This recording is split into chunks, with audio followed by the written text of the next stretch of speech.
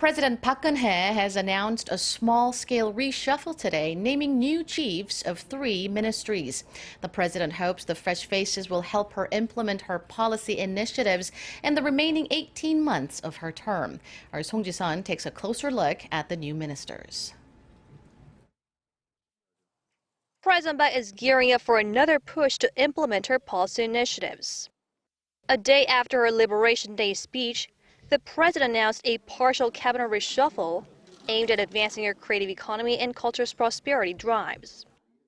Cho Yoon-sun, President Park's former Secretary for Political Affairs and a former Gender Equality Minister, has been appointed to lead the Culture Ministry. The presidential office of Cheong Wa Dae says it has great expectations for her, as Cho has a deep understanding of President Park's policy initiatives after having served as one of the president's closest aides for years. With her ample experience working for the government and at the National Assembly, we expect Cho will contribute to the advancement of cultural prosperity in the arts, content development, tourism, and sports.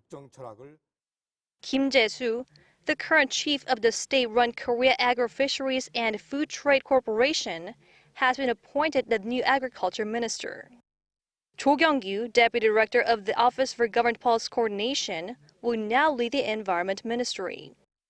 The two positions were widely expected to have fresh appointments, as the ministers had been in their positions since President Park's inauguration, leaving Foreign Minister Yoon Byung-se as the only cabinet member to have maintained his post. The president also named new personnel at vice ministerial level. President Park's current Trade Secretary Chung Man-gi is the new first vice minister for trade, and Agriculture Secretary Chung Hwang-gun will now serve as the chief of the Rural Development Administration. President Park is hoping that the new cabinet members will give her a boost in accomplishing her policy goals for the remainder of her term. The appointees will go through a round of parliamentary hearings and take office early next month, in time for the start of the next regular National Assembly session. Song Ji-sun, Arirang News.